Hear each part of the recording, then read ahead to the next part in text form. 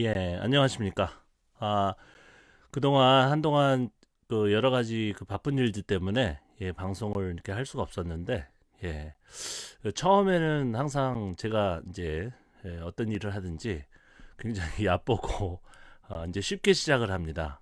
그런데 결국 이제 하다 보면은 어떤 것이든지 작은 일이든지 큰 일이든지 이게 굉장히 마음을 쏟고 또 시간을 쏟지 않으면은 그게 이제 지속이 될 수 없다는 것을 항상 느끼게 됩니다. 예. 여러분들은 그 좀 긴 기간이었는데요. 잘 계셨는지 모르겠습니다. 물론 이제 페이스북을 통해서 소식을 제가 간간히 뭐 이동하면서 듣는 그런 분들은 제가 어느 정도 알고 있지만은 오늘 또 주일인데 교회 열심히 뭐 잘 나가셔서 은혜 받으시고 또 오셨는지 모르겠습니다. 어떤 교회는 요즘은 사실은 7시에 그렇게 예배를 드리는 그런 교회는 많이 없는 것 같아요. 옛날에는 뭐 7시에 또 저녁 예배라고 예배까지 드리고 뭐 8시, 9시에 예배를 마치고 집으로 오는 경우가 많았었는데 요즘은 뭐 그죠? 11시 예배를 끝내고 나서 그다음에 몇 시간 있다 바로 또 오후 예배라고 하는 그러니까 7시 예배가 이제 한 2시 정도로 당겨진 거죠. 당겨진 거죠. 뭐 가실 분들은 가시고 뭐 주일날 일요일날 이제 일 보실 분들은 또 일보러 가시고 어 뭐 예배를 더 드리고 싶으신 분들은 어떤 분들은 뭐 의무감에서 자기가 직분자이기 때문에 또 이렇게 예배를 드리시는 분들도 계시겠지만 이제 남으시는 분들은 기존에 아주 옛날에 7시에 그 저녁 예배를 드렸던 그때까지 기다리실 필요가 없고 바로 예배를 드릴 수 있도록 이렇게 아마 우리 개신교 안에서 그렇게 변동을 하면서 뭐 배려 차원에서 그렇게 만들어 놓은 것은 아닌가 그런 생각이 듭니다. 오늘 제 페이스북에서 좀 약간 여러 가지 이야기들이 오갔었는데요. 우리 소돔과 고무라 그리고 거기에서 롯의 소금기둥이 된 여자죠. 그 여자의 어떤 그 본문들을 좀 살펴보면서 과연 우리가 피상적으로 알고 있었던 그런 내용과 진정으로 성경 본문이 얘기하는 그 내용과는 정말 같은가 아니면 어떤 괴리감이 존재하는가에 대해서 좀 면밀하게 좀 살펴봤으면 좋겠습니다. 여러분들께서 이게 음성 들으시다가 제가 오랜만에 또 세팅을 풀고 다시 이렇게 하는 과정 가운데 음성이 좀 제대로 들리지 않는다든지 그러시면 언제든지 그 댓글로 남겨주시면 제가 조정을 하도록 하겠습니다. 뭐 목소리가 나쁘다, 뭐 사람을 바꿔라 그런 거 그런 거는 제 개인 방송이니까요. 뭐 할 수가 없고요. 네, 여러분 그 외의 것들은 제가 조정해 가지고 제대로 최선을 다해서 정상으로 방송이 되도록 하도록 하겠습니다. 자, 우리 소돔과 고모라인데요. 그 중에서 이제 소돔을 중점적으로 좀 살펴보면서 또 이어서 그 소돔과 고모라의 그 심판 과정 가운데 소금 기둥이 된 그 여자의 본문. 하나님이 굉장히 잔인하시고 용서가 없으신 그런 하나님처럼 오해될 수 있는 그런 본문인데요. 그것에 대해서도 좀 같이 살펴보도록 하겠습니다. 물론 역사적 배경을 살펴보는 것이죠. 자, 우리가 제일 먼저 살펴볼 오늘은 그 찬송이 없었습니다. 왜냐하면은 사실은 마땅한 찬송도 제가 고를 수가 없었고요. 소돔과 고모라 어떤 찬송이 있을까? 뭐 육체의 정욕을 이기는 힘은 뭐 그런 찬송할 수 있는데 뭐 소돔과 고모라 자체로 어떤 그 복음 성가나 찬송가가 이루어진 것은 만들어진 것은 뭐 저는 기억이 안 나요. 저도 굉장히 뭐 짧지 않게 그렇게 사역을 해왔는데 뭐 소돔과 고모라로 뭐 찬송을 만든 것이나 복음 성가가 있으면 한번 알려주시기 바랍니다. 그러면 불렀을 텐데 또 그러고 오늘 이렇게 나눌 내용이 조금 제가 굉장히 빨리 얘기하지 않습니까? 평상시보다 더 많은 내용이 많은 것 같기도 하고 그래서 뭐 1시간 안에 될 수 있으면 끝내려고 이렇게 노력을 하고 있는 저인데도 오늘은 약간 압박감, 시간에 대한 압박감 같은 것들이 있어서 뭐 찬송을 생략하고 바로 그 한번 논의를 한번 이 본문을 다루도록 하겠습니다. 한번 살펴보도록 하겠습니다. 한번 읽어보도록 하겠습니다. 소돔 왕이 아브라함에게 이르되 사람은 내게 보내고 물품은 내가 가져라. 이런 그 내용이죠. 여러분들이 잘 아시는 것처럼 창세기 14장은 이 소돔 왕과 아브라함, 족장으로서의 아브라함과의 어떤 오고 주고받는 것들, 그죠? 아브라함이 그 약탈을 당한 그 소돔 왕을 포함한, 그죠? 예, 아브라함의 식솔이죠. 그 친척, 그들을 구출하고 또 그 약탈자들에게서 빼앗긴 그런 물건 같은 것들, 재화죠, 재화, 재물, 물건도 포함되는 그런 것들을 다시 되찾는 그런 내용이 나오고 있습니다. 그래서 이 소돔 왕이라는 사람은 이 아브라함의 어떤 그 용맹성, 그 전쟁에서 승리함으로 말미암아서 그 반사 이익으로 물건과 사람을 되찾았다는 것을 우리가 알 수가 있습니다. 세부적인 내용들은 여러분들이 뭐 주일학교에서도 많이 배우셨기 때문에 뭐 그 구구절절히 얘기를 하지 않겠습니다. 어쨌든 간에 여기에서는 아브라함과 소돔 왕이 적대적인 관계가 아니라 상부상조하는 아브라함이 소돔 왕에게 도움을 준, 소돔 왕이 그 약탈자들에게서 빼앗긴 것을 다시 되찾아준 그런 어떤 좋은 행동을 한 거죠. 그래서 소돔 왕이 그것에 대해서 보답을 할 만한 그런 무드가 형성되는 그런 굉장히 이웃으로서의 좋다고까지는 그렇지만 뭐 무난한 어떤 이웃으로서의 어떤 소돔 왕과 그의 또 이웃인 그 아브라함에 대해서 이 이야기를 하고 있는 그런 본문이라고 말씀을 드릴 수가 있겠습니다. 자, 이 본문만 보면 사실은 아직까지는 이 소돔이나 뭐 소돔 왕에 대해서 부정적인 어떤 메시지는 나타나지 않고 있죠. 물론 창세기 14장에는 여러분들이 잘 아시는 멜기세덱의 이야기가 삽입되어 있습니다. 삽입되어 있어요. 그러나 시간상 제가 일일이 살펴볼 수 없지만 멜기세덱에 대한 이야기를 다 빼어버리면 그 앞과 뒤가 연결이 더욱더 자연스러운 것을 알 수가 있습니다. 그래서 저는 그 뜬금없는 멜기세덱 이야기가 창세기 14장 안에서 삽입되었다고 보고 있습니다. 어쨌든 소돔 왕이 아브라함에게 은혜를 입어서 그것을 보답하는 과정 가운데서 이 말을 한 것이죠. 그래서 사람도 이제 끌려갔던 것을 우리가 추정할 수 있겠죠. 사람도 되찾아오고 아브라함이 소돔 왕을 위해서 또 물품도 되찾아왔는데, 재화도 되찾아왔는데, 결국은 아브라함이 받지는 않지만 소돔 왕이 사람만 저에게 돌려주시고 그 다음에 그 재화는 당신이 그냥 가지세요라고 이야기를 하는 것입니다.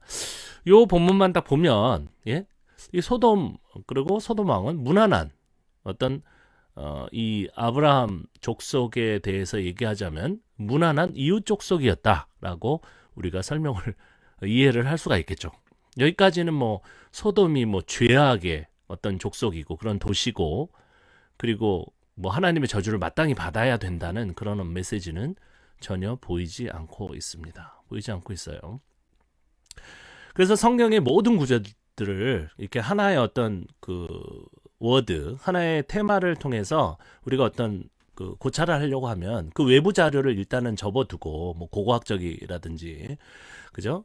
뭐 다른 그 이방 그 유대인 민족을 기준으로 봤을 때 이방 민족의 어떤 역사라든지 그런 것들을 먼저 살펴보기보다는 일단 성경 본문 안에 나와 있는 모든 내용들을 다 살펴봐야 되겠죠. 그것이 성경을 연구하는 사람들의 기본적인 어떤 소양이다, 양심이다, 그렇게 말씀을 드릴 수가 있겠습니다. 네.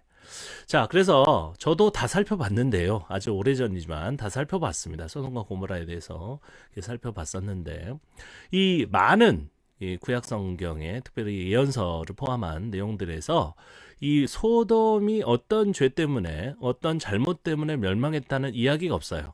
이것은 저는 원래는 소돔이 그냥 무난한 어떤 자연재해 때문에 타격을 받아서 파괴된 어떤 성읍인데, 그런 도시인데, 나중에 그것이 하나님의 징벌이다, 그리고 어떠한 종류의 죄 때문에 받은 하나님의 징벌이다라는 서술로 발전되었다고 봅니다. 봅니다. 그래서 어떤 구절들을 보면 이 소돔이 멸망한 이유에 대해서 굉장히 불분명하게 나타나고 있는 것들을 우리가 볼 수가 있어요. 좀 살펴보도록 하겠습니다. 자, 예레미야서 49장 18절입니다. 18절에 보면 여호와께서 말씀하시니라 소돔과 고모라와 그 이웃 성읍들이 멸망한 것 같이 거기에 사는 사람이 없으며 그 가운데에 머물러 살 사람이 아무도 없으리라. 이게 멸망했다. 어쨌든 그 성읍이 파괴되어서 붕괴되었다라고 하지만 그 이유에 대해서는 명확하게 언급을 하지 않고 있어요. 않고 있죠. 않고 있어요. 그러면서 그 가운데 머물러 살 사람이 아무도. 그러니까 소돔이나 뭐 고모라나 이 성읍에 대해서 가지고 있는 아주 가장 중요한 이미지라는 것은 그냥 사람이 없다. 휑한 곳이다라는 그 정도의 그 정도의 어떤 지식이지 그 이상의 어떤 정보를 제공을 하지 않고 있습니다. 네. 자, 그리고 예레미야 애가 4장 6절도 한번 보도록 하겠습니다. 예레미야 애가 4장 6절. 여기도 그 소돔이 왜 무너졌는지에 대해서 이유가 그 불분명하게 보입니다. 불분명하게 보이죠. 자, 한번 읽어볼까요? 전에 소돔이 사람의 손을 대지 아니하였는데도 순식간에 무너지더니 이제는 딸 내 백성의 죄가 소돔의 죄악보다 무겁도다 이렇게 돼 있어요. 이렇게 돼 있습니다. 네, 이상하죠. 자, 소돔은 누가 무너뜨린 것입니까? 여러분 대답해 보십시오. 소돔은 하나님께서 멸망시킨 것이죠. 그렇게 우리가 알고 있잖아요. 근데 이 구절에는 아무도, 물론 하나님이라는 명칭은 없지만 사람의 손을 대지 아니하였는데, 물론 그 배면, 그 내면에는 하나님께서, 사람이 손을 대지 않았는데 하나님께서 멸망시켰다, 이렇게 그 다음 단계로 우리가 이해할 수도 있지만, 이 문헌적으로 보면 왜 하나님께서 그것을 무너뜨리셨다 이렇게 강하게 강조하지 않았는지 얼마나 멋있어요. 하나님께서 그냥 멸망시키셨다, 그런 다른 본문도 있거든요. 그런데 예레미야에가는 소돔이 사람의 손을 대지 아니하였는데도 순식간에 무너지더니, 그죠? 그냥 자멸했다는 것이죠. 자멸했다는 것이죠. 이런 어떤 악인이 하나님의 손에 의해서 멸망했다는 개념은 굉장히 좀 후대적인 것이에요. 국가가 멸망하고 그 포로 생활을 다 마치고 나서 마치면서 점점 발전해서 결국 모든 것들의 그 배후에 하나님의 손길이 있다고 그 신앙하는 것은 조금 더 성숙되고 발전된 그런 신학적인 개념입니다. 그런데 그 악인이 스스로 멸망했다. 스스로 자멸 자체의 스스로라는 의미가 있죠. 원고가 없어서 그렇습니다. 네. 그 자멸했다는 개념은 조금 더 옛날 개념이에요. 옛날 개념. 잠언에도 보면 악인이 하나님의 심판을 받아서 멸망했다기보다는 그가 스스로의 모순 때문에, 스스로의 어떤 그런 악 때문에 그냥 자멸했다. 제교에 죄가 넘어갔다. 자기의 어떤 잘못 때문에 스스로 멸망했다. 이런 어떤 그 개념이 아주 고대적이고 과거적인 어떤 그런 개념이거든요. 여기에 보면 하나님께서 이 소돔을 멸망시키셨다고 하면 참 좋을 텐데, 그냥 사람의 손을 대지 아니했는데 순식간에 무너졌다, 스스로 막 그냥 자멸한 것 같은 그런 분위기를 가지고 있어요.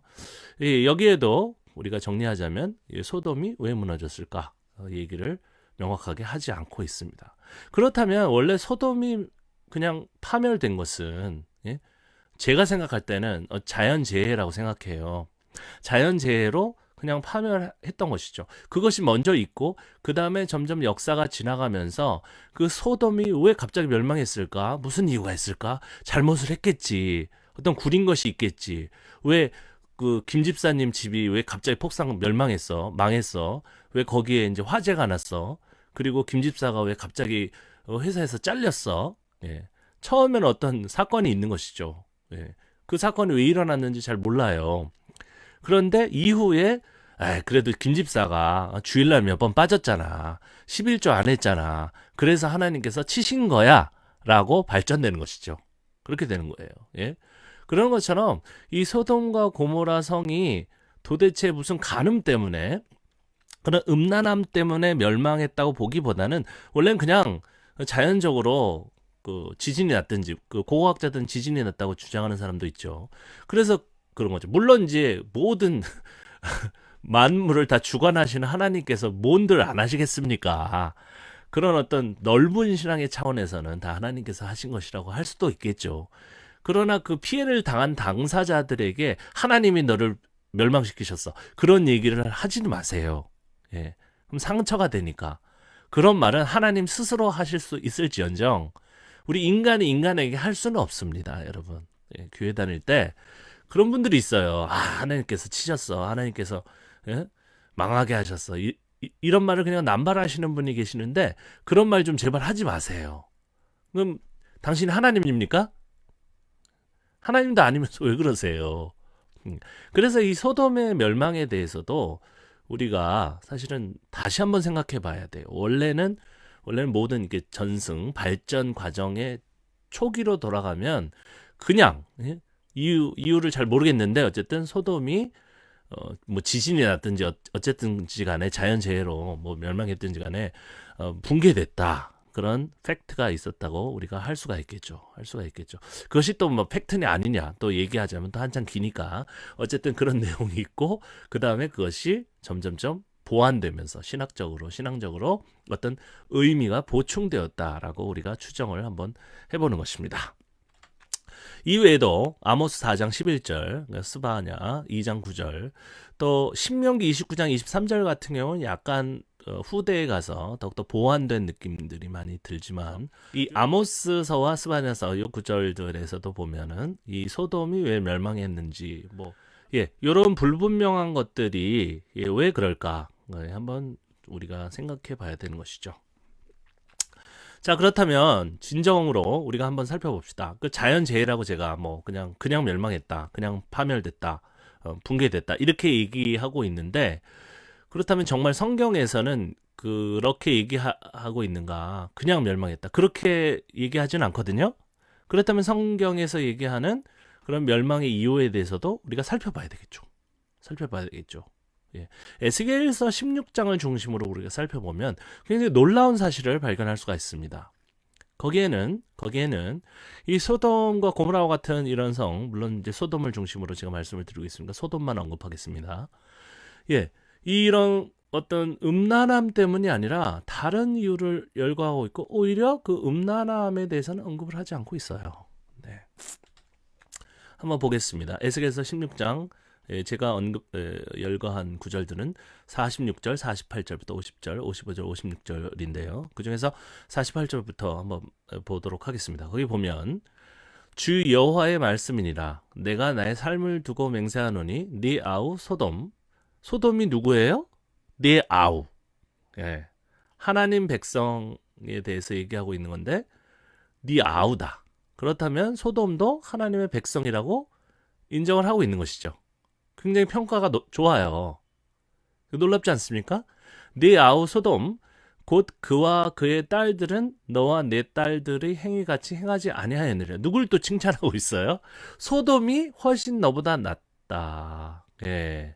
소돔보다 네가 더 나쁘다. 예. 여러분들이 동성연애자 마귀라고 하면서 예? 가가지고 막 손가락질하고 욕하는데 하나님이 이 말씀에 비춰서 적용하자면 어떻게 얘기하시고 있는 거예요? 네가 얘기하는 그런 호모섹슈얼리티보다 훨씬 네가 나쁘다. 너가 나쁜 놈이다. 라고 얘기하시는 것 같이 들리지 않습니까? 지금 다른 사람의 어떤 잘못 가지고 얘기할 그런 시간이 아니에요. 제가 볼 때는. 개신교가 지금 엉망진창입니다. 사실은요. 시간이 어디 있어요? 내 몸에 지금 똥이 묻었는데 다른 사람 몸에 붙은 지금 먼지를 이렇게 뭐라고 하고 마귀라고 하고 그럴 시간이 어디 있어요? 그 다음 구절 또 보죠. 49절 보겠습니다. 네 아우 소돔의 죄악은 이러하니 그와 그의 딸들에게 교만함과 음식물의 풍족함과 태평함이 있으며 또 그가 가난하고 궁핍한 자를 도와주지 아니하며 그랬어요. 결국은 이제 소돔의 죄악에 대해서 언급을 하고 있긴 있죠. 물론 이것을 가지고 이스라엘 백성들을 견책하려고 하는, 그죠? 책망하려고 하는 의도가 있는 본문이지만 소돔의 죄악이 무엇인지에 대해서 명확하게 언급을 하고 있습니다. 그렇다면 첫 번째 뭐예요? 그의 딸들에게 교만하다는 거예요. 교만하다. 자, 소돔이 굉장히 잘 살았던 도시였나 보죠? 잘 나갔었던 도시인 것 같아요. 지금 미국의 뉴욕처럼, 워싱턴처럼, 워싱턴 DC처럼 잘 나갔던 아주 유명한 그런 도시였던 것 같아요. 뭐 싱가포르처럼 음식물이 풍족했대요. 먹을 것이 넘쳤어요. 그죠? 예. 그리고 태평함이 있음이 뭐 전쟁이 없는 것이죠. 강하니까 나라가. 그리고 잘 사니까 물론 어떤 그런 족장 어떤 사회였을 것이겠지만 원론적으로 얘기하자면 그런데 그들이 그렇게 넘치는 재물과 풍족한 가운데에서 가난하고 궁핍한 자를 도와주지 아니했기 때문에 이 소돔이 나쁘다고 얘기를 하고 있는 거예요. 네. 자, 그다음 50절 또 반복하죠. 반복하는 것은 성경에서 굉장히 중요한 겁니다. 거만하며 개신교인들 또 특별히 대형교회 목사들 얼마나 거만합니까? 거만하여 가증한 일을 내 앞에서 행하였습니다. 야, 여기 봐라. 가증한 일을 했다는 것이 바로 간음이다. 음란이다. 아니에요. 이 성경을 제대로 보세요. 이것은 이게 히브리어의 어떤 특징 중에 하나인데요. 앞에 얘기한 것을 강조하면서 다른 형용사로 묘사하는 것입니다. 그러니까 여기서 얘기하는 것은 가증한 일이라는 것은 결국은 거만하고 넘치는 어떤 그 물질과 풍족함 가운데 태평함까지 있으면서도 가난하고 궁핍한 사람을 도와주지 아니하는 것이 바로 소돔의 죄악이다라고 얘기하고 있는 것이에요. 네, 이거 굉장히 중요합니다. 다시 돌아와서 이 에스겔서는 계속해가지고 그 소돔의 죄악이 거만한 것 때문이다. 교만하다. 교만하다. 그것이 굉장히 가증하다라고 이야기를 하고 있는 것 같아요. 그리고 복지에 대해서 그죠? 자기가 잘 먹고 잘 살고 넘치도록 살면서도 다른 사람에 대해서 관심이 없는 거 가장 중요한 우리가 핵심적인 특별히 에스겔서 16장에서 얘기하고 있는 이 소돔의 죄악의 어떤 그런 키워드 그것은 결국 교만이고 나누지 않음 자기만 하는 이기주의다라고 정리를 할 수가 있어요. 자, 계속 보면 55절에 네 아우 소돔과 그의 딸들이 옛 지위를 회복할 것이야. 이야, 이제 소돔이 회복을 한다는 것이에요. 굉장히 완전히 파쇄되고 파괴된 없어져 버린 그런 도시 같았었는데 하나님께서 말씀을 통해서 네 아우 소돔과 그의 딸들이 옛 지위를 회복할 것이요. 이렇게 오히려 소돔을 싸고 도는 하나님.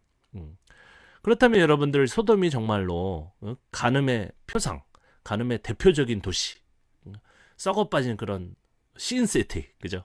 그런 영화도 있잖아요. 죄악의 도시입니까? 에스겔서 보면 그렇지 않잖아요, 그죠? 내가 교만하던 때에 네 아우 소돔을 네 입으로 말하지도 아니하였나니 왜 네 아우인데 그렇게 홀대하느냐라고 이야기를 하고 있잖아요. 우리가 그렇잖아요. 소돔 아주 쓰레기 같은 그런 이미지. 그러나 어떻게 보면 원래는 그렇게 쓰레기 같은 이미지가 아닐 수도 있었다는 거예요, 여러분. 이 성경을 보다 보면 한 구절만 보는 것이 아니라 다 찾아봐야죠, 소돔에 대해서. 자, 그럼 계속 또 살펴보도록 하겠습니다. 자, 이사야서 1장 9절부터 10절까지를 한번 계속 보도록 하겠습니다. 조금씩 변화가 일어나는지 아니면 똑같은 얘기를 계속하고 있는지를 여러분들이 잘 살펴보셔야 돼요. 만군의 여호와께서 우리를 위하여 생존자를 조금 남겨두지 아니하셨다면 우리가 소돔 같고 고모라 같았으리로다. 약간 소돔과 고모라에 대해서 거기가 아무도 살지 않는 곳이라는 이미지는 그대로 가져오면서 생존자라는 개념. 그러니까 어떤 전쟁이라든지 사건이 일어났던 거예요. 일어났어요.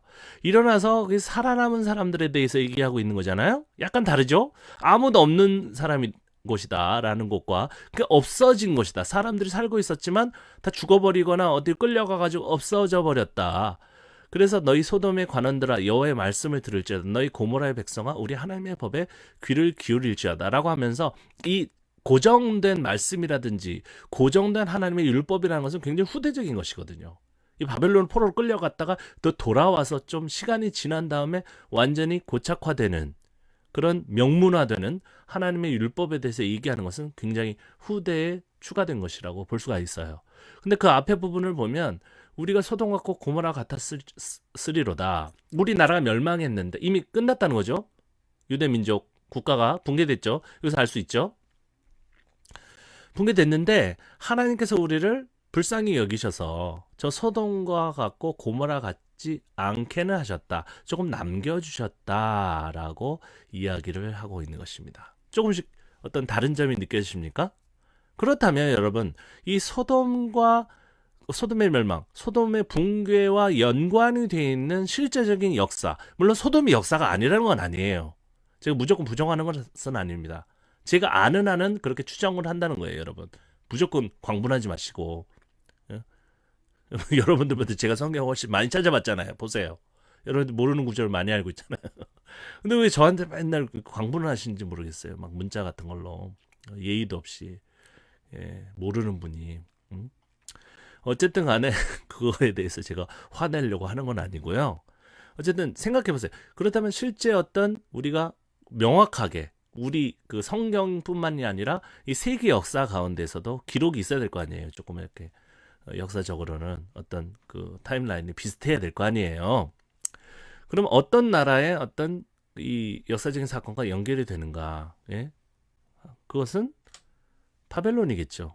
바벨론, 소돔의 멸망과 바벨론 멸망이 연계되어 있다라고 우리가 추정을 조심스럽게도 아니에요. 이건 뭐 명확하게 나오잖아요, 지금. 그죠? 이 국가가 멸망했는데 또 소돔 얘기를 하고 있잖아요. 그래서 이 소돔이 그냥 일반적인 어떤 자연재해 같은 것들로 멸망을 했는데, 예? 멸망을 했는데, 이런 소돔의 이미지를 끌어다가 어떤 무색무취의 어떤 소돔의 붕괴의 이미지를 가지고 와서 이 국가의 멸망이 발생한 것이죠. 이 국가의 멸망의 어떤 비유적인 메소드, 비유적인 어떤 재료로 사용한 것은 아닌가. 거꾸로 됐을 리는 없잖아요. 그죠? 역사적으로. 소돔의 어떤 붕괴가 먼저 있었을 것이기 때문에 그것은 우리가 부정을 할 수는 없죠. 그러니까 먼저 있었던 그 내용이 뒤에 있는 바벨론을 갖다 끌어다가 썼을 가능성은 없으니까 소돔의 이미지를 바벨론 멸망에서 끌어오면서 의미를 추가한 것이죠. 의미를 추가한 것이죠. 네. 정말로. 자, 그렇게 보면 그 다음에 이사야서 13장 19절을 이제 볼 필요가 이제 있습니다. 요 구절을 보면 이제 명확하게 나타나죠. 열국의 영광이요 갈대아 사람이 자랑하는 놀이개가 된 바벨론이 하나님께 멸망당한 소돔과 고모라 같이 되리니라고 했어요. 자 보십시오. 원래 소돔이라는 어떤 개념, 이 이야기는 따로 동떨어져 있었어요. 그런데 이사야서 13장 19절의 어떤 저자가 그걸 끌어와서 뭘 얘기하려고 하는 것입니까? 이 자기네 나라가 멸망한 것 이후에 바벨론으로 끌려갔는데 이제는 또 바벨론이 멸망한 그런 정황을 계속해서 소돔과 고모라의 이미지와 연결하고 있는 거잖아요. 그죠? 이해가 되십니까? 네, 제가 너무 빨리 얘기해가지고 예. 그러면서 조금 변화가 생기는 거예요, 여러분. 성경의 본문은 이렇게 연대기적으로 조금씩 발전하거나 변화가 됩니다. 변화가 돼요. 그렇다면 요 단계에 와서는 뭐 소돔이 그냥 좋은 이웃, 무난한 이웃으로 아브라함과 같은 족장의 어떤 무난한 이웃으로 존재하는 것이 아니라 이미 뭐예요? 멸망의 상징으로 그죠? 의미를 더 씌워진 거죠. 의미가 더 씌워진 거죠. 그죠? 예. 그러면서 그 다음 단계로 여러분 유일신 사상이 이제 고착화가 됩니다. 그러면서 예전에는 사실 국가가 멸망하기 전에는 제가 지난 방송에도 잠깐 언급을 했지만 다윗이나 솔로몬이나 모든 왕들이 다 민족 신으로서의 여호와를 섬기고 그 다음에 급하면 누굴 찾아가요? 그 지방 신인 바알을 찾아가서 같이 섬겼단 말이에요. 섬기다가 언제까지? 국가가 완전히 멸망해가지고 박살날 때까지. 그러고 나서 깨닫게 된 거죠. 왜 우리가 멸망했을까? 왜 멸망했을까? 우리가 바알하고 우리 민족신은 여호와를 같이 섬겼기 때문에 멸망했다라고 성찰한 거죠. 그래서 우리에게 다시 한번 하나님께서 기회를 주시면 우리는 다시 바알을 섬기지 않고 오직 여호와만 섬길 것이다 라고 다짐을 하게 된 거예요. 그런데 기회가 왔어요, 안 왔어요? 기회가 딱 온 거죠. 그 무너지지 않을 것 같은 바벨론이 멸망해 버렸잖아요. 그래서 이들은 우리가 마음을 고쳐먹고 신앙적으로 하나님만 우리 남편 대신 하나님만 한 남편만 섬기기로 결심을 하니까 하나님께서 또 이런 좋은 기회를 주셨구나. 우리에게 해방을 주셨구나. 그렇게 생각하지 않았겠어요? 네. 그러면서 최종적으로 이 소돔의 멸망이라는 개념에 뭐가 추가됩니까? 음란의 개념이 추가되는 거예요. 음란의 개념이 원래는 없었어요. 그냥 멸망의 상징으로서 소돔이 존재했죠. 그러다가 국가의 멸망, 그 다음에 결국 음란의 개념으로 변화하면서 발전하게 된 것입니다. 발전하게 된 거예요. 그렇다면 이 유일신 개념과 한 남편 한 아내의 개념이 같이 가는 거죠. 그것이 고착화된 것은 언제라고요? 국가가 멸망한 다음에 바벨론의 포로로 끌려가면서 그 어간에 이제 점점 생겨났다가 결국 언제 완전히 명문화가 됩니까? 글에 적히게 돼요. 그 바벨론에서는 할 수가 없잖아요. 상식적으로 생각해 보세요. 어떻게 해요, 거기서? 응? 다른 제국의 억압을 받으면서 그 바벨론이 폭삭 멸망하면서 페르시아가 등극하죠. 페르시아가 자유를 줬어요. 그러니까 돌아와가지고 그 땅으로 돌아와가지고 이제 그 율법을 기록하게 되는 겁니다. 성전도 재건하고 말이죠. 네, 말합니다.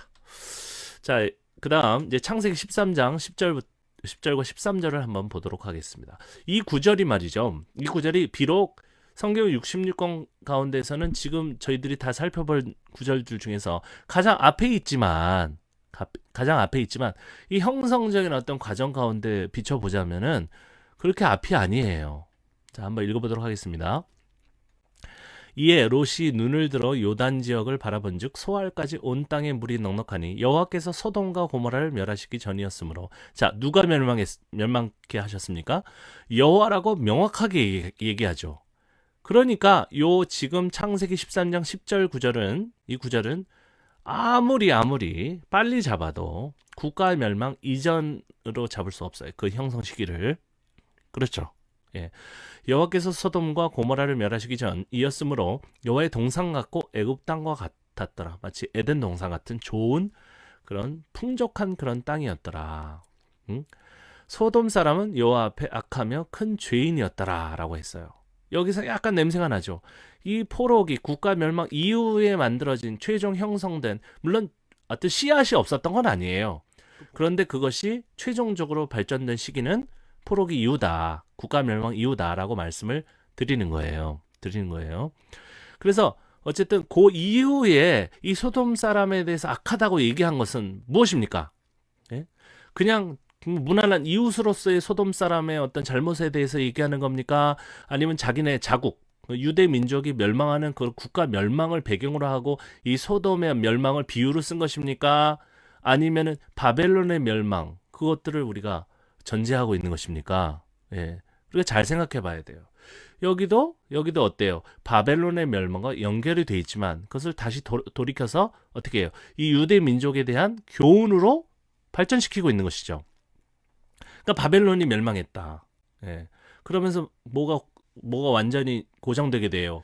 그 소돔이 멸망한 것은 음란 때문이다라고 하는 새로운 성찰이, 새로운 신학이 생겼잖아요. 그죠? 신학적인 개념이. 그다음에 그것을 가지고 이 유태인들을 교훈하려고 하는 그런 분위기가 느껴집니다. 걔네들이 죄인이었어. 음란한 죄인이었어. 그래서 멸망한 거야라고 가르치려고 하고 있는 것 같죠. 네. 그다음 계속해서 창세기입니다. 그들이 눕기 전에 그 성사람 곧 소돔 백성이 노소를 막론하고 원근에서 다 모여 그 집을 에워싸고 롯을 부르고 그에게 이르되 오늘 밤에 내게 온 사람들이 어디 있느냐 이끌어내라. 우리가 그들을 알아보리라. 예, 본문에는 알아보리라 이렇게 돼 있는데 상관하리라 이렇게 돼 있어요. 상관하리라.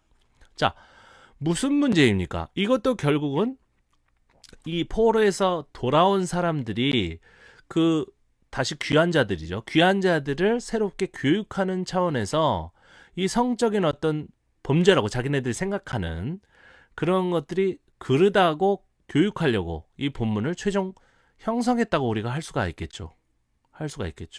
그래서 거기다가 19장 24절 38절에도 보면 뭐 소금 기둥 경고, 그죠? 그런 것들을 집어넣는 거예요.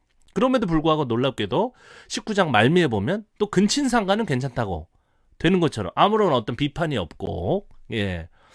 그래서 자기네들이 선택적으로 교훈하고 싶은 내용을 어떻게 해요? 이렇게 부정적으로 이야기를 만들어서, 예, 교훈하는 것입니다. 네, 제공하는 것이죠. 그래서 여기 보면 우리가 그들을 상관하리라라고 돼 있어요. 그래서 아까 방금 제가 근친상간에 대한 내용이 뭐 별다른 어떤 부정적인 어떤 코멘터가 없다고 말씀을 드렸는데 19장 말미에 그러는 것처럼 여기도 동성애 자체에 대해서 얘기한다기보다는 그 폭력적인 성행위, 그죠? 강압적인 강간이죠. 강압적인 그런 성행위에 대해서 언급을 하면서 그것을 뭐예요? 부정하고 있는 것이죠. 그렇게 우리가 볼 수가 있어요. 그러니까 우리가 이 맨날 이 그 소돔에 대해서 얘기하면서 특별히 이 창세기 19장 내용을 언급하면서 뭐 동성애자 다 죽여버려야 된다. 그것은 하나님 앞에 굉장히 큰 죄인이다, 죄다. 그렇게 얘기를 하지만 말고 이 본문의 핵심이 어디에 있는가? 그것은 바로 동성애 자체가 아니라 성폭력이에요. 성폭력. 자, 생각해 보세요. 어떤 남자 둘이 이 동성애를 합니다. 우리가 보지 않는 곳에서 합니다. 해요. 그 둘은 교회를 다니지 않는 분들이에요. 잘 생각해 보세요. 제 말을 잘 들어보세요. 교회를 다니지 않는 분들이에요. 그런데 어떤 크리스찬이 아주 신실하신 크리스찬이 지나가다가 그 둘이 사랑을 나누는 소리를 들었어요. 소리를 들었어요. 그렇다면 크리스찬으로서 그 창문을 부수고 문을 부수고 들어가 가지고 너희들은 하나님 앞에서 죄인이야. 다 죽어버려야 돼. 그러고 불을 지르고 그들을 죽여버린다. 뭐가 잘못됐습니까? 제 말에. 그게 정당합니까? 그것은 살인이에요. 그건 성경이 가르치고 있습니까? 그렇게 하라고? 정신 차리세요. 그건 안 되는 거예요, 여러분. 성경은 문자적으로 이해를 하니까 막 불교 법당에 들어가가지고 막 페인트 칠하고 그 부처님 상 목 자르고 막 그러잖아요.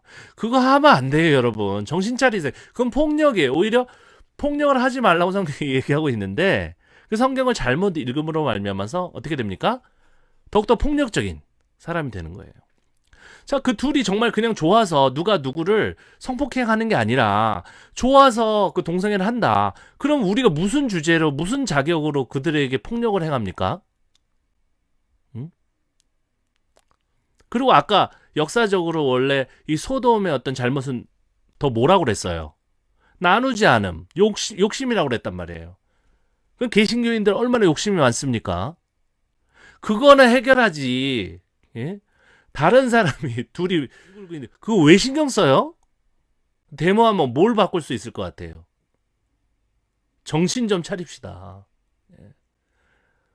자, 얘기를 바꿔봅시다. 어떤 이슬람 교도가 우리 한국에 왔어요. 예? 그래가지고 이제 마땅히 자기네들 뭐 이렇게 그 예배할 그런 장소가 없어요. 그 집에서 이렇게 절을 합니다. 절을 해요. 우리 집 안에서 이렇게 한다면 조금 얘기를 할 수 있겠죠. 예? 우리 영향이 있다 얘기할 수 있겠죠. 근데 자기가 렌트한 집 안에서 하루에 3번씩 7번씩 뭐 10번씩 기도를 하고 절을 한다. 근데 우리가 그거를 문을 뜯고 창문을 부수고 들어가가지고 이거는 우상숭배야 그러고 그 사람을 때립니까? 때리냐고요. 그렇게 나쁜 사람이 어디 있어요? 그렇게 무리한 사람이 어디 있어요? 여러분, 지금 개신교도들의 동성애에 대한 그리고 이슬람에 대한 어떤 기본적인 입장이 그거예요. 엄청 무리합니다. 그리고 오만간섭을 다 해요. 지 일이나 제대로 하지. 그러면서 대형교회에서 지금 돈 다 헤쳐먹는 그것에 대해서는 왜 데모하지 않습니까? 속 터져요. 근데 왜 그거는 조용히 가만히 아무 소리도 하지 않고 있으면서 소돔이 어디예요? 지금의 대형교회, 지금의 개신교가 소돔이에요, 여러분. 폭력적이고 다른 사람 간섭 다 하면서 그 욕망을 해결하지 못하는 이런 땐 성폭력도 아니잖아요. 그들이 좋아서 하는 건데 왜 간섭이에요? 남의 장사에 배나라 감나라 뭐 하는 거예요 지금? 시간이 그렇게 많아요? 성경도 모르면서 공부 다 하나도 안 하고 문자적으로 읽고 그거 적용하는 거는 3살 먹은 애들 뭐 그건 좀 비약이겠지만 초등학생들도 하겠어요. 목사가 뭐해요? 성경도 하나도 모르면서. 오늘 제가 지금 드린 말씀 처음 듣는 목사님도 많잖아요. 예. 진짜 눈물이 나려고 그래요. 네. 여기도 그 이 롯을 둘러싸고, 예? 이 소돔 사람들이 와가지고 뭐 남자 내놓아라 우리가 관계하리라 이렇게 한 것은, 예? 명확하게 성폭행이죠. 이건 안 되죠. 그거는 비판받아야 마땅해요. 자기가 원하지 않는데 억지로 그 행위를 하는 것은, 이성애자들도 마찬가지입니다. 이성애자들 관계 가운데에서도 그것은 안 될 일이에요. 그런데 이성애자들도 서로 사랑해요. 서로 사랑해서 뭐 모텔 가고 호텔 가는데 우리 기독교인들이 그걸 보죠. 저도 가끔 봐요. 심지어 신학교에서 나온, 얼마 전에 제가 글도 올렸지만 신학교에서 나오는 그 남자 학생, 여자 학생이 모텔 가자? 그런 것도 저도 들었어요. 그럼 그거를 뒤를 쫓아가 가지고, 응? 그들을 때리고 죽입니까? 정신을 차려야 돼요. 너무너무 엉터리예요. 엉터리. 그래서 이, 이 창세기 19장 이 본문은 결국 성폭행으로서는 비판받을 수 있는 그런 행위들이에요. 강압적인. 그것 이상으로 동성애, 서로 사랑해가지고 동성애 하는 것을 비판하는 본문으로 사용될 수는 없습니다. 사용될 수 없어요. 네. 그래서 여러분들이 잘 아시기 바랍니다. 그 다음에 또 창세기 19장 24절에, 그래서 결국은 그런 죄악 때문에, 그 폭력적인 죄악 때문에 하나님께서 하늘 곧 여호와께로부터 유황과 불을 소돔과 고모라에 비같이 내리사 그 성들과 온들과 성에 거주하는 모든 백성과 땅에 난 것을 다 엎어 멸하셨더라라고 되어 있는 거죠.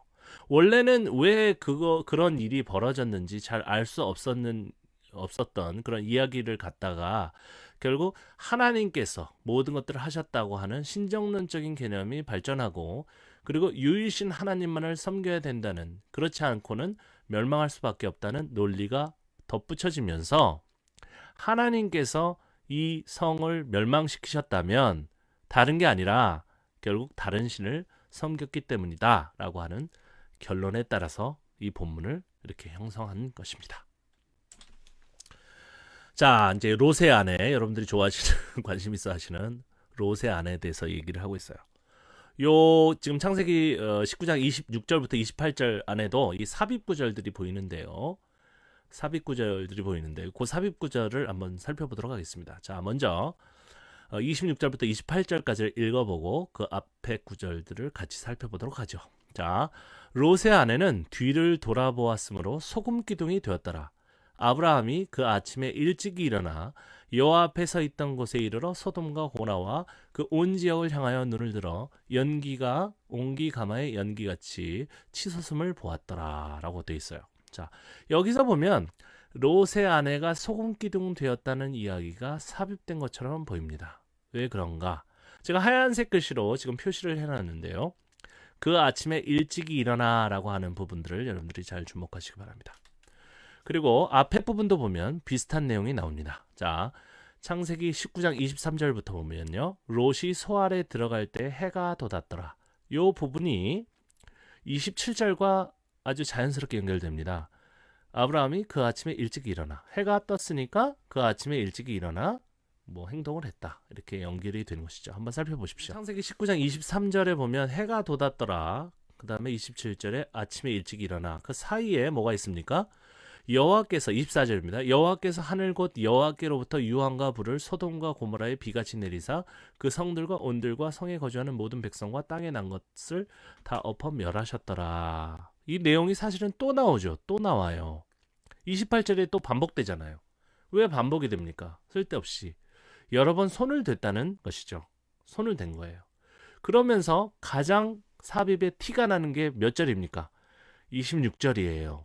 예, 롯의 아내는 뒤를 돌아보았으므로 소금 기둥이 되었더라. 이건 누구를 경고하는 거예요? 누구를? 너희들도 이렇게 음란하게 행동을 하게 되면 하나님께서 너희도 똑같이 소금 기둥을 만들어 버릴 것이다. 혹은 너희들이 그 성폭행에 연루가 되면 이렇게 하나님께서 너희를 죽여버릴 것이다. 라고 엄청나게 강력하게 저주식으로 경고하신 것이죠. 그런데 여러분, 지금까지 제가 살펴본 제가 연대기의 어떤 그런 순서대로 이 성경 구절들을 거의 나열을 해서 여러분들에게 보여드린 것인데요. 여러분 느끼셨는지 모르겠지만 이것을 배열하는 것도 굉장히 많이 고찰하고 또 기도하면서, 물론 저도 기도해요, 여러분. 기도 안 하고 지식적으로만 본다고 생각하지 마세요. 그건 여러분들의 선입견이에요. 선입견이 이 성경 해석하는데 굉장히 큰 걸림돌이 되시는 거 아시죠? 예. 면밀히 살펴보고 이 구절과 저 구절일까, 저 구절과 이 구절일까, 살펴보고 쓸데없는 어떤 이 전체적인 맥락에서 필요 없는 내용들은 또 다 제하고 각 구절 가운데서 먼저 있었던 구절과 그 나중에 발전되고 그 다음에 마무리가 된 구절을 잘 분별해야 됩니다. 이것이 굉장히 중요하죠. 굉장히 중요해요. 그래서 여러분들이 보여드리고 있는데 여기서부터 보면 거의 종결판이죠. 종결판이에요. 너희들이 이렇게 하면 이런 벌을 받을 것이다. 그러나 여러분, 아직까지는 그 율법이 완전히 글로 적힌 것 같지는 않아요. 제가 생각할 때 해가 돋았고 저쪽에 보니까 연기가 치솟고 있었다. 이 정도에서 하나님께서 다 엎어 멸하셨다. 이 순서가 바뀌었죠. 지금 연기가 치솟음을 이렇게 보고 나서 결국 하나님께 완전히 멸망시키셨다. 이 클라이막스가 뒤쪽에 나와야 되는데 이 편집을 하다 보니까 클라이막스가 사이에 끼어 있어가지고 아주 티가 많이 나서 우리가 잘 구분할 수 있도록 이렇게 하고 있습니다. 너무 감사하죠. 편집자들에게 너무 감사해요. 좀 허투루 이렇게 편집을 하시다 보니까 티가 많이 나요. 그리고 이 소금 기둥 이야기도 거기다 살짝 끼워 넣었다는 것들을 우리가 볼 수가 있는 것이죠. 그렇다면 이 소금 기둥 이야기는 또 무슨 역할을 하고 있는 것인가? 결국은 제가 계속해서 순서대로 말씀드린 것처럼 하나님만 섬겨라. 그리고 바알만 섬기지 말아라. 그런데 여러분, 지금 이동이 일어나고 있잖아요. 그죠? 굉장히 화려하고 부자인 그런 나라에서, 그런 지역에서 결국은 도망 나와서 그 지역을 하나님께서 싫어하시는데 거기서 도망 나와서 이동을 하고 있는 가운데 뒤를 돌아보면 안 된다는 거죠. 뭡니까 이게? 여러분 연상해 보세요. 그들이 완전히 귀환해서 고향 땅으로 돌아온 그 시점이라기보다는 아직까지 어떤 명문화되고 기록된 것보다는 협박을 하고 있잖아요. 그죠? 기록이 된 다음에 협박이 필요 없어요. 그거대로 안 하면, 안식일 안 지키고 그 다음에 우상숭배하고 음란한 행위를 하면 그냥 죽여버리면 되죠. 열받을 필요가 없어요. 협박할 필요가 없다고요. 그러나 이 창세기 19장 내용에 보면 협박을 하고 있잖아요. 뒤를 돌아보면 너도 죽어. 이렇게 얘기하고 있다는 것을 봤을 때 아직까지는 그 고향 땅으로 돌아와서 정착을 하는 그런 시점까지는 이르지 못했어요. 그러나 이미 그 바벨론은 멸망했죠. 그것은 확실합니다. 멸망했고 다 엎어서 멸하셨다라 이렇게 돼 있으니까 멸망하고 그들을 데리고 이제 리더들이 고향 땅으로 돌아가려고 하고 있는데 안 돌아가려고 하는 사람이 있었겠죠. 왜요? 소돔과 고모라처럼 완전히 멸망한 것이 아니라 바벨론은 건더기가 남아 있었고, 그리고 새로운 제국이 또 집권을 하잖아요. 아주 좋은 나라에서 살다가 결국 그 시골 땅, 아무것도 없는 폐허가 된 자기 고향 땅으로 돌아가려고 하는 사람은 거의 없죠. 그래서 안 돌아가려고 했을 거란 말입니다. 그런 사람들에게 경고하는 거죠. 뒤도 돌아보지 않고 빨리 따라 나와.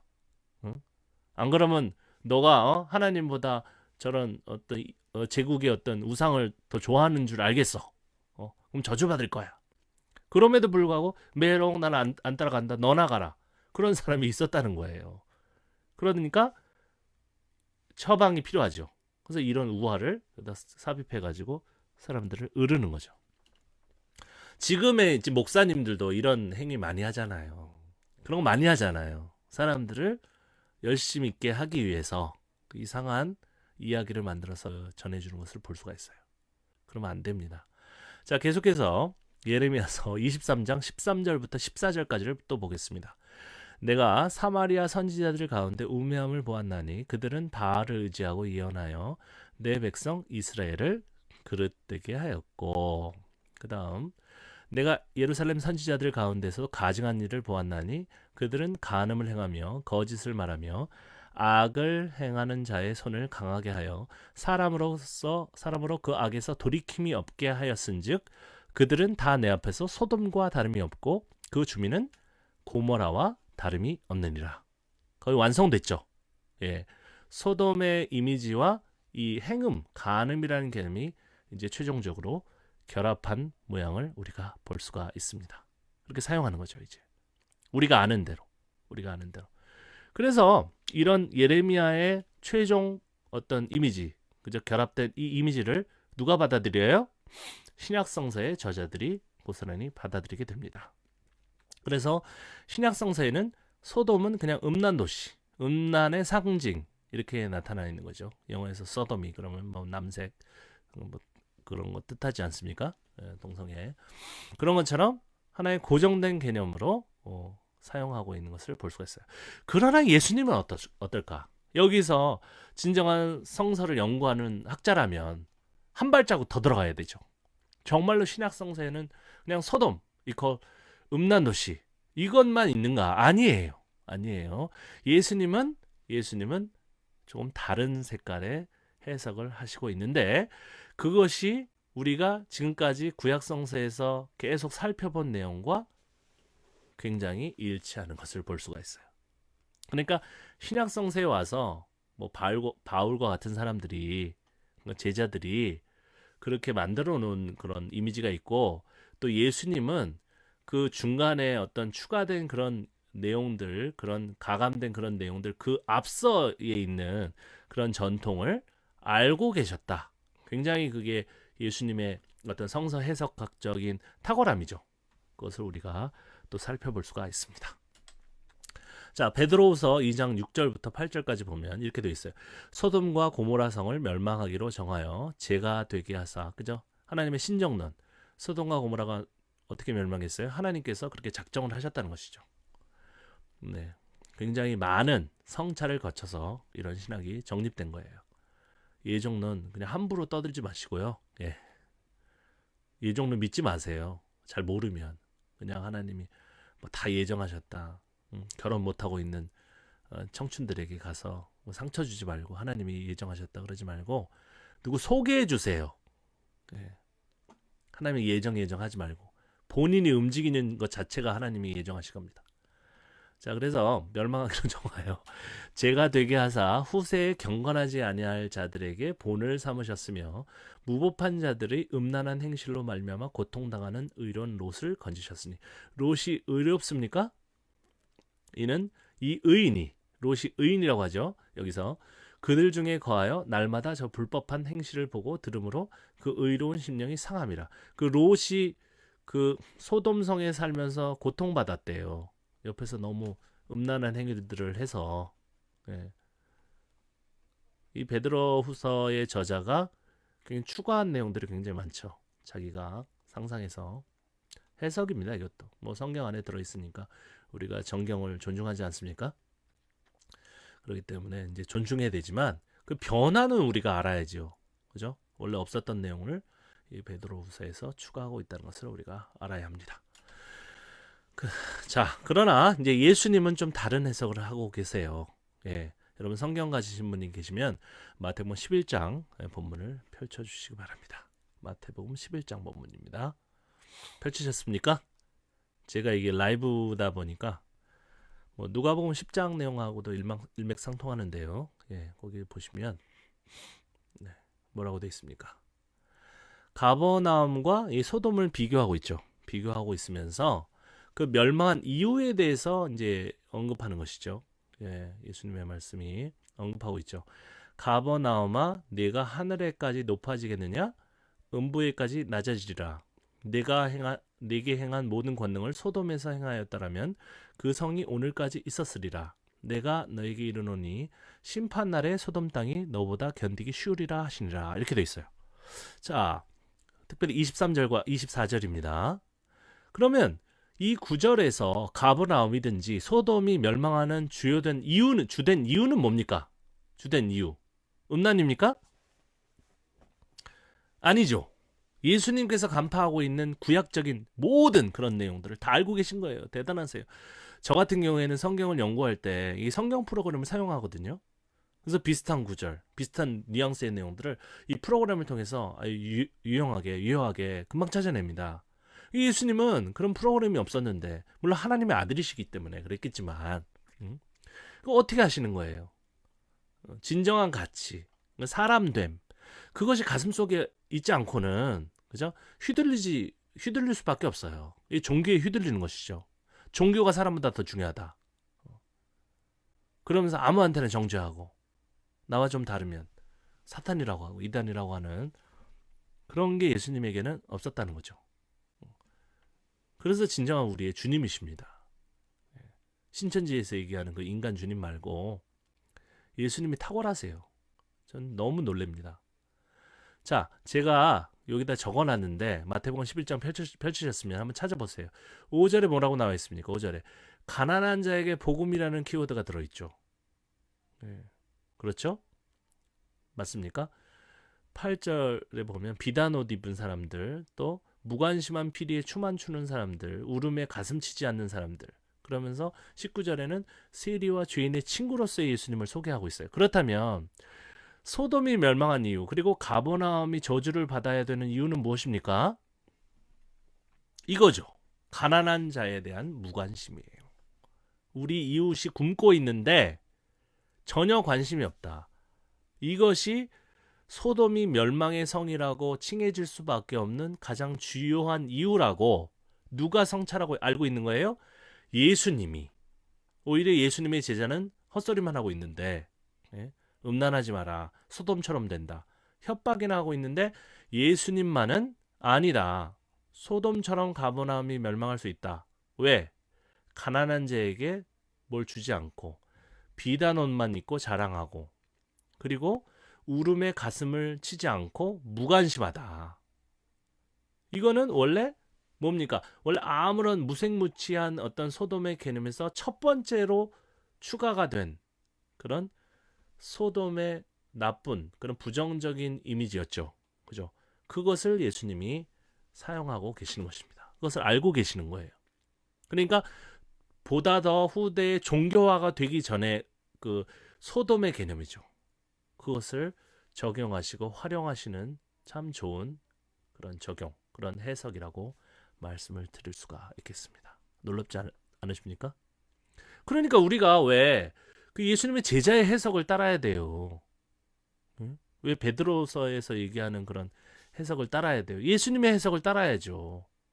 그러니까 소돔에 대해서 얘기하려면 동성애하고 뭐 알지도 못하면서 연결하지 말고, 그 욕심, 천억 가까이 있으면서도 그 주변에 가난한 사람들에게 나누지 않는, 좀 나눠야죠. 양심적으로 많으면 한심합니다 진짜.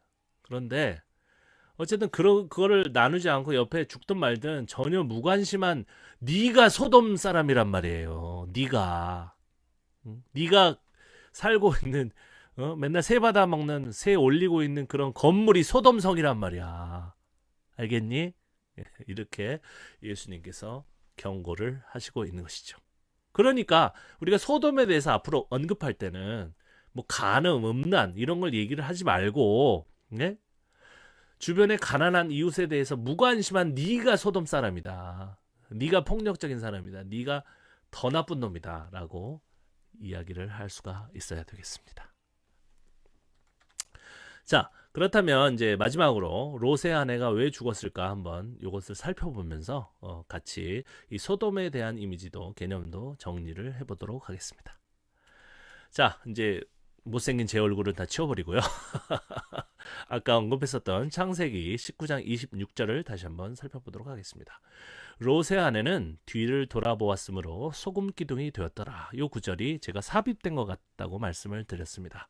그렇다면 이 구절만 딱 떼어놓고 한번 살펴보도록 하죠. 여기에는 두 가지 중요한 단어가 쓰여졌죠. 뒤, 그죠? 뒤, 라하죠, 라하. 이제 뒤와 돌아봤다, 나바트, 그죠? 예, 이게 지금 히브리어를 여기다 올려놓으니까 뭐 좌우 순서가 또 바뀌어가지고 폰트, 왜 히브리어는 이제 오른쪽에서부터 왼쪽으로 쓰이다 보니까 그걸 따붙이기를 하면 또 좌우가 바뀌어요. 그래가지고 혼동되는데, 예, 어쨌든 뒤를 돌아보다 뭐 이런 두 개의 단어가 굉장히 중요합니다. 네, 요 두 개의 단어가 사용된 구절들을 찾았어요. 찾아봤더니 공교롭게도 네 구절밖에 없었다. 이것이 200구절 넘으면 제가 다 찾아봐야 되는데 하나하나 살펴봐야 되는데 뭐 다행히 네 구절밖에 없었습니다. 그런데 또 다시 공교롭게도 창세기 19장 17절과 26절은 그죠?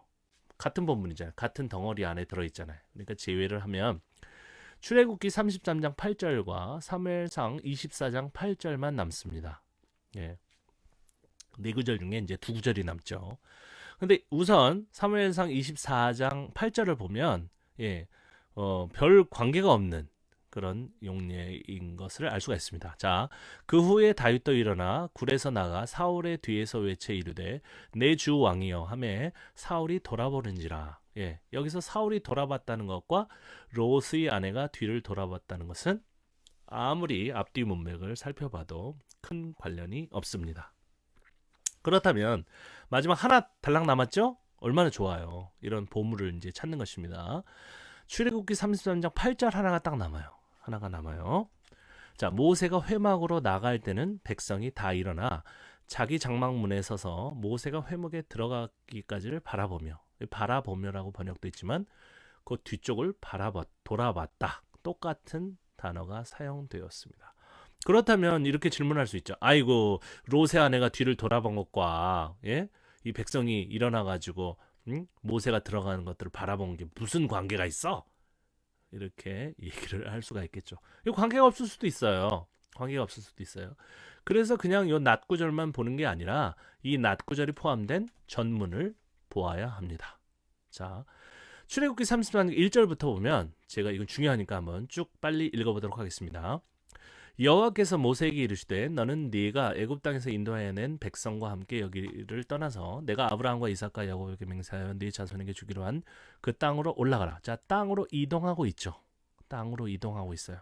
그렇다면 이 롯의 아내도 이동하고 있죠. 유사성이 있습니다. 없지는 않아요. 2절 내가 사자를 너보다 앞서 보내어 가나안 사람과 아모리 사람과 헷 사람과 브리스 사람과 히윗 사람과 여부스 사람을 쫓아내고 여러 가지 족속들 족장 사회를 언급을 하고 있는데요. 그 다음 3절 너희를 젖과 꿀이 흐르는 땅에 이르게 하려니와 나는 너희와 함께 올라가지 아니하리니 너희는 목이 곧은 백성인즉 내가 길에서 너희를 진멸할까 다 죽여버릴까 염려함이니라 하시니 멸망이 나옵니다. 패망이 나오잖아요. 그죠? 점점 비슷하죠? 4절 백성이 이 준엄한 말씀을 듣고 슬퍼하여 한 사람도 자기의 몸을 단장하지 아니하니. 자, 어떤 사치에 대해서 얘기를 하고 있어요. 자, 이 소돔의 어떤 전승 가운데에서는 배부름에도 불구하고 다른 사람을, 가난한 사람을 돌아보지 않는 것에 대해서 비판하는 그런 부정적인 언급이 있었죠. 그런 것처럼 자기의 몸을 단장하는 것을 굉장히 부정적으로 보고 있습니다. 이는 아마도 귀한 자들 가운데서 포로민들 중에서 귀한 자들이 있었겠죠. 귀한 자들 가운데서 굉장히 부자들이 있었던 것 같습니다. 그 부자들의 장신구들이 필요하죠. 왜요?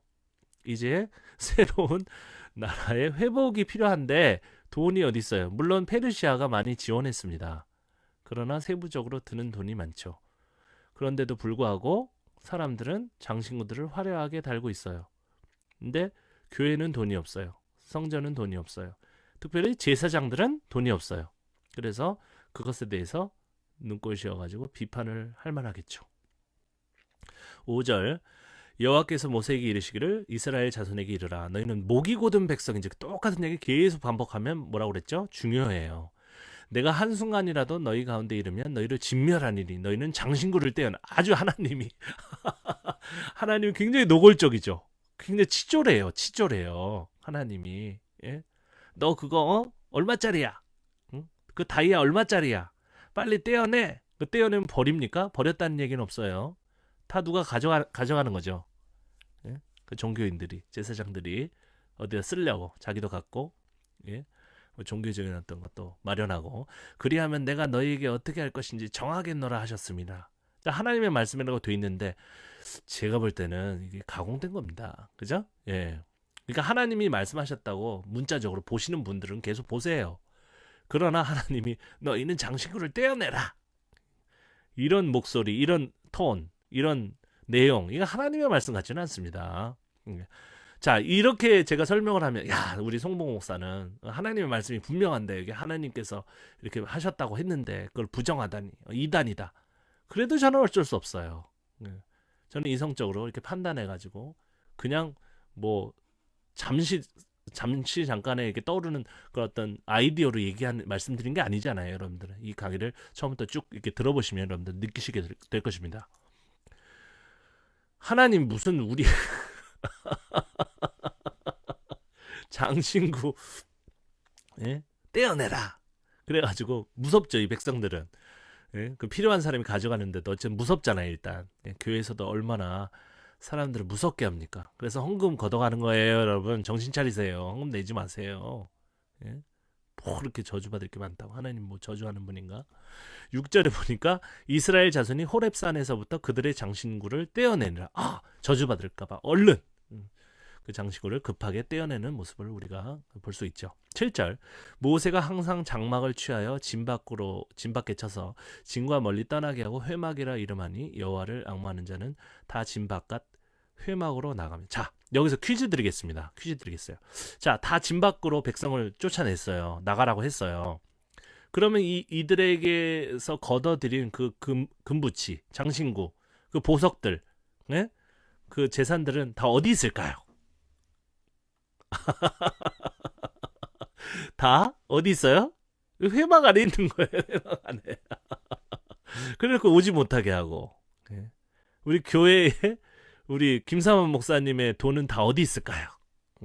다 선교지에 있는 거죠. 선교지에 있고 교회 안에 어디 숨겨놨겠죠. 은행에다가 하면은 뺏기니까. 참 종교인들의 특징이에요. 예. 돈이 다 거기 있어요. 그러고 나서 8절이 있습니다. 모세가 회막으로 나아갈 때는 백성이 다 일어나 자기 장막문에 서서 모세가 회막에 들어가기까지 바라보며. 너희들은 그 돈에 신경 쓰지 말고 오직 나만 봐. 누구? 하나님도 아니에요. 제사장, 목사. 목사가 대제사장이라며. 근데 자기만 바라봐. 이 사기꾼, 그죠? 자기만 바라보고 있어. 그러면 좋을 거야.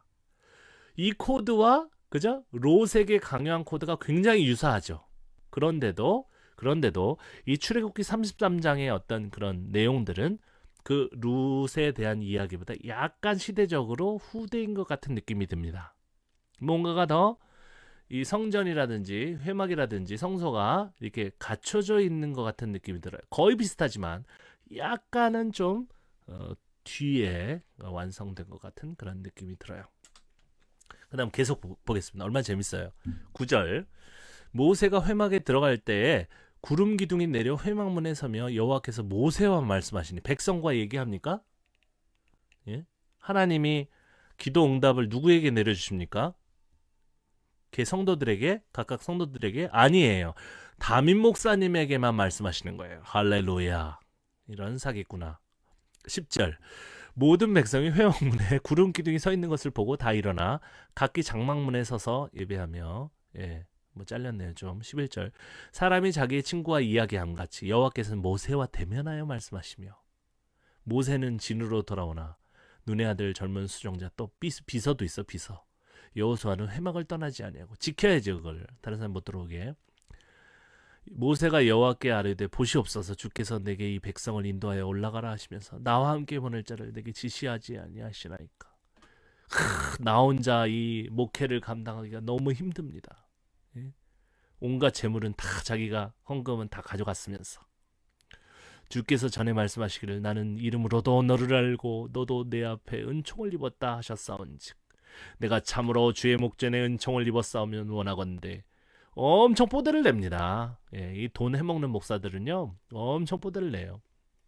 주의 길을 내게 보이사 내게 주를 날리시고 나로 주의 목전에 은총을. 뭘 은총을 벌써 입었다면 뭐 어쩌고 또 입고. 이 은혜 위에 은혜. 아주 제가 꼴보기 싫어하는 그런 말인데. 예, 이미 다 처먹을 거 처먹었으면 이제 만족이 없어요. 만족이 계속해서 부자. 예? 자동차 외제차 하나 교회에서 사줬으면 그냥 만족해야지. 더 비싼 거, 더 비싼 거. 아유 참 이제 꼴보기 싫은데, 이 족속을 주의 백성으로 여기소서. 또 항상 그 공동체를 끌고 들어가죠. 예, 기도할 때도 여호와께서 이르시되 내가 친히 가리라, 내가 너를 쉬게 하리라. 모세가 여호와께 아뢰되 뭐가 힘들어, 뭘 쉬어? 주께서 친히 가지 아니하시려거든 우리를 이곳에서 올려보내지 마옵소서. 나와 주의 백성이 주의 목전에 은총 입은 줄을 무엇으로 알리까? 구구절절 엄청 길어요. 예? 자기네 변호하는 게 주께서 우리와 함께 행하심으로 나와 주의 백성을 천하 만민 중에 구별하심이 아니니까.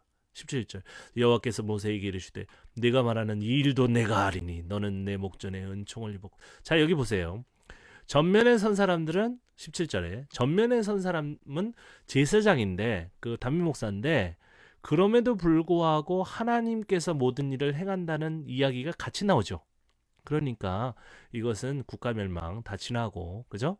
예, 바벨론 다 지나고 예, 돌아오려고 폼 잡고 돌아오는 길에 발걸음을 내딛는 가운데 이 본문들이 형성되었다고 할 수가 있겠죠.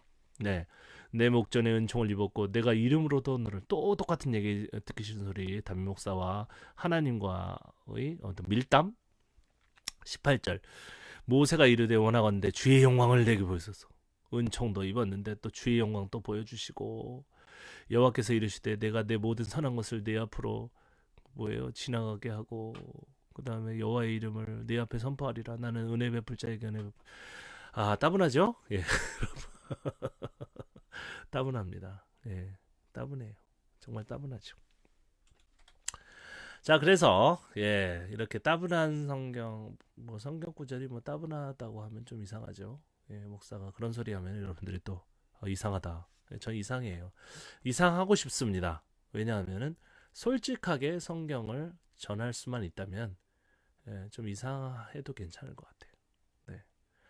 자 정리를 한번 해보도록 하겠습니다. 자, 이 롯의 그 아내의 소돔기둥 이야기라는 것은 굉장히 의도성을 가지고 형성된 것이라고 말씀을 드릴 수가 있겠습니다. 이것은 교훈적이고 또 경고적인 어떤 이야기로서 예, 사람들을 협박하기 위해서 만들어 놓은 이야기라는 것이 이 긴 시간 동안 예, 여러분들과 제가 같이 성경을 살펴본 그 결론으로서 매김할 수 있는, 매듭 지을 수 있는 그런 내용이 되겠습니다. 그렇다면 성경 안에 가짜 내용도 있나? 저는 가짜라고 말씀드리지는 않습니다. 예, 그렇게 어떤 의도성을 가지고 형성된 본문 내용들이 있다는 것이죠. 그렇다면 그것을 우리가 아는 것이 굉장히 중요하죠. 그것을 알고 그것을 전할 때에 조심해서 우리 나름대로도 성경의 어떤 가치관을 가지고 이 시대의 정황을 분별하면서 예수님처럼 그것을 잘 해석해야 되겠다고 여러분들에게 말씀을 드리는 것입니다. 소돔은 원래부터 간음의 상징이 아니었습니다. 그것은 역사적으로 여러 가지 굵직굵직한 사건들을 배경으로 의도성 때문에, 특정한 의도성 때문에 강간의 도시, 간음의 도시, 음란의 도시가 되었던 것이죠. 그런 것처럼 어떤 과도한 종교적인 경향성은 평범한 도시를 음란한 도시, 죄악의 개인으로 만들어버릴 가능성, 그런 폭력성이 있다는 것을 우리가 알아야 됩니다. 곱씹어서 우리가 보자면 이 소돔의 어떤 멸망이라는 것은 결국 그가 다른 사람에 대한 배려가 없고 무관심 때문에 그것이 일어났다고 예수님께서 해석하신 것들을 우리가 받아들이고